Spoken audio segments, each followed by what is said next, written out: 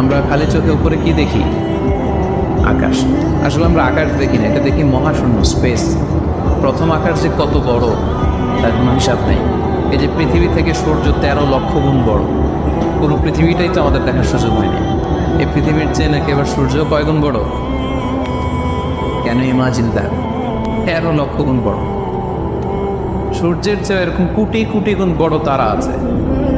এরকম billion billion তারা নিয়ে আমাদের গ্যালাক্সির নাম হচ্ছে মিল্কি ওয়ে।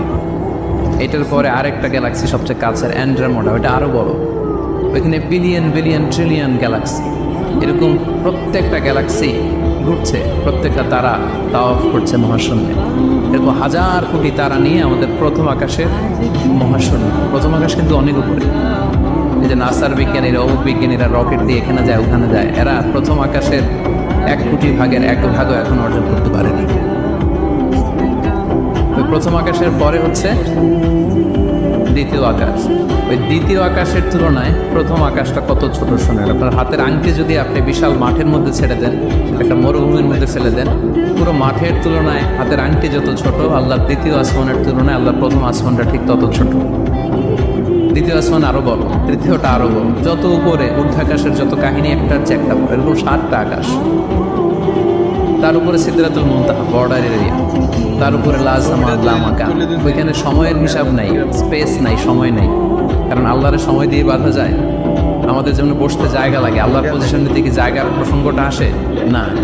আমরা খালি চোখে উপরে কি দেখি? আকাশ। আসলে আমরা আকাশ দেখি না, এটা দেখি মহাশূন্য, স্পেস। প্রথম আকাশ যে কত বড় তার কোনো হিসাব নেই। এই যে পৃথিবী থেকে সূর্য 13 লক্ষ গুণ বড়, পুরো পৃথিবীটাই তো আমাদের দেখার সুযোগ হয়নি। এই পৃথিবীর চেয়ে নাকি এবার সূর্য কয় গুণ বড়? কেন ইমাজিন দ্যাট? 13 লক্ষ গুণ বড়। সূর্যের চেয়ে এরকম কোটি কোটি গুণ বড় তারা আছে। এরকম বিলিয়ন বিলিয়ন তারা নিয়ে আমাদের গ্যালাক্সির নাম হচ্ছে মিল্কি ওয়ে। এটার পরে আরেকটা গ্যালাক্সি সবচেয়ে কাছের অ্যান্ড্রোমেডা, ওটা আরো বড়। ওইখানে বিলিয়ন বিলিয়ন ট্রিলিয়ন গ্যালাক্সি। এরকম প্রত্যেকটা গ্যালাক্সি ঘুরছে, প্রত্যেকটা তারা তাওয়াফ করছে মহাশূন্যে। এরকম হাজার কোটি তারা নিয়ে আমাদের প্রথম আকাশের মহাশূন্য। প্রথম আকাশ কিন্তু অনেক উপরে। এই যে নাসার বিজ্ঞানীরা, অমুক বিজ্ঞানীরা রকেট দিয়ে এখানে যায় ওখানে যায়, এরা প্রথম আকাশের 1 কোটি ভাগের 1 ভাগও এখন অর্জন করতে পারেনি। ওই প্রথম আকাশের পরে হচ্ছে দ্বিতীয় আকাশ। ওই দ্বিতীয় আকাশের তুলনায় প্রথম আকাশটা কত ছোট শোনেন। আপনার হাতের আংটি যদি আপনি বিশাল মাঠের মধ্যে ছেড়ে দেন, একটা মরুভূমির মধ্যে ফেলে দেন, পুরো মাঠের তুলনায় হাতের আংটি যত ছোট, আল্লাহর দ্বিতীয় আসমানের তুলনায় আল্লাহর প্রথম আসমানটা ঠিক তত ছোট। দ্বিতীয়